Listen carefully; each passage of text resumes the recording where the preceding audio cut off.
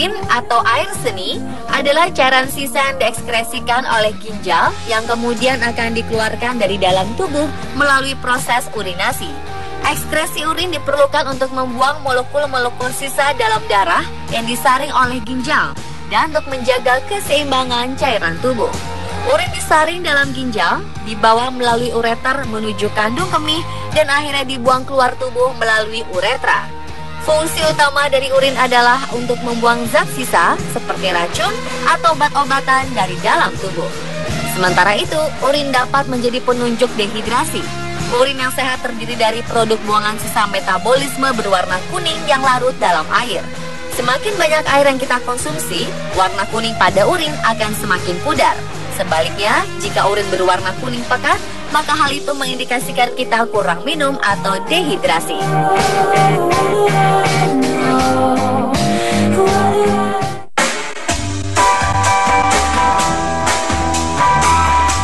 Urin merupakan cairan yang dikeluarkan tubuh sebagai sisa-sisa metabolisme tubuh yang sudah tidak berguna bagi tubuh kita.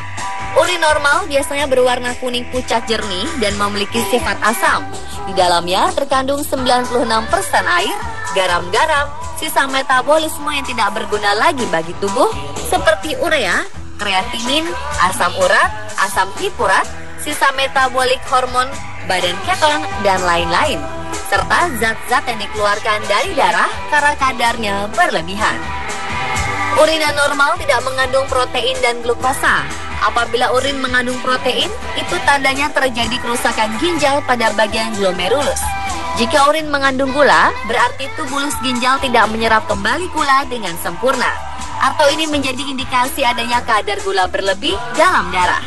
Kadar gula yang tinggi diakibatkan oleh proses pengubahan gula menjadi glikogen terlambat karena produksi hormon insulin terhambat.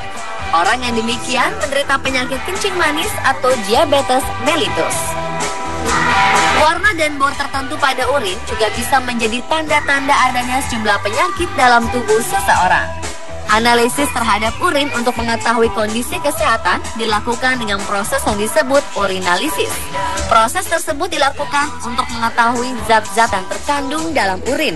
Itulah sebabnya dokter seringkali meminta pasien melakukan tes urin meski pasien tidak memiliki keluhan yang berkaitan dengan urin. Lewat urin, dokter dapat mengetahui berbagai hal yang terjadi di dalam tubuh. Perbedaan warna dan bau urin bisa dipengaruhi berbagai faktor, mulai dari hal-hal biasa seperti makanan dan obat, hingga hal-hal luar biasa seperti infeksi atau kanker. Contohnya, warna urin kemerahan bisa menjadi indikasi awal adanya batu ginjal atau bahkan kanker. Warna urin yang agak kecoklatan bisa muncul karena darah dari tumor atau gumpalan darah di ginjal yang biasa terjadi pada orang yang mengidap sel sabit. Sel sabit adalah sebuah kelainan darah bawaan yang membuat sel darah normal berubah bentuk menjadi seperti bulan sabit. Adanya kerusakan hati juga bisa menyebabkan warna urin menjadi kecoklatan. Tak hanya warna, bau urin juga bisa mengindikasikan adanya penyakit tertentu. Urin yang baunya manis seperti sirup merupakan indikasi penyakit maple syrup urine. Penyakit ini terjadi karena ketidakmampuan tubuh mencerna asam amino tertentu.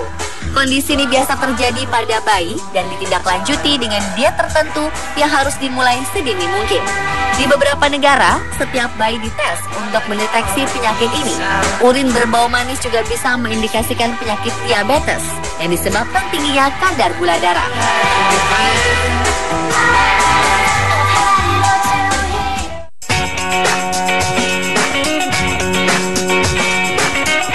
Saat ini meski menuai pro dan kontra, ada sebagian masyarakat yang menggunakan metode pengobatan dengan terapi urin. Di India, terapi urin sudah dikenal sejak 5.000 tahun silam. Hal ini berdasarkan tulisan dalam kitab Damar Tantra, bab Sriwambu Kalpavidi. Sementara itu, dukun suku Aztec di Amerika menggunakan urin untuk membasuh luka luar sebagai pencegah infeksi dan diminum untuk meredakan sakit lambung dan usus. Terapi urin juga telah dilakukan orang di Eropa sejak 4.000 tahun yang silam. Plinius Secundus, seorang pengarang Romawi kuno, mencatat bahwa pada masa itu, urin digunakan untuk mengobati luka akibat gigitan anjing atau ular, infeksi mata, dan luka bakar. Lain lagi dengan bangsa Eskimo. Sejak dulu hingga sekarang, konon mereka memanfaatkan urin untuk keramas. Menurut mereka, urin akan membuat rambut menjadi lebih bercahaya dan indah. Dalam literatur Cina kuno, Shang Hanlong yang ditulis oleh Chang Yi pada dinasti Han juga mencatat tentang terapi urin yang konon berkhasiat untuk melancarkan peredaran darah, penenang, dan menghilangkan panas dalam, penyakit mata, serta luka pukul. Hingga kini, terapi urin dipercaya dan telah terbukti dapat menyembuhkan berbagai jenis penyakit. Menurut pakar urin, memang tidak semua urin bisa dipakai untuk terapi, apalagi digunakan dengan cara diminum. Urin yang boleh dipakai untuk pengobatan tentu saja adalah urin sendiri, jernih dan tidak berbau. Konon, urin juga mampu mengobati luka karena disengat ubur-ubur. Namun seorang pakar ubur-ubur ternama di dunia, Dr. Lisa Gershwin, tindakan ini kurang tepat. Ia justru melarang hal ini karena urin bisa memiliki sifat asam dan basa. Jika urin bersifat asam atau pH kurang dari 7, maka mungkin hal ini bisa membantu. Namun jika urin telah masuk dalam tahap basa atau pH lebih dari 7, maka hal ini bisa menyebabkan pelepasan sel penyengat yang lebih banyak. Tentu saja ini justru akan meningkatkan efek dari racun ubur-ubur tersebut. Sebaiknya luka akibat sengatan ubur-ubur disembuhkan dengan cuka dan kemudian didinginkan. Terapi urin untuk kesehatan memang sangat kontroversial dan tak disetujui oleh para ahli kesehatan. Hal ini karena urin mengandung bakteri dan kuman yang bisa merugikan pada diri Anda atau orang lain.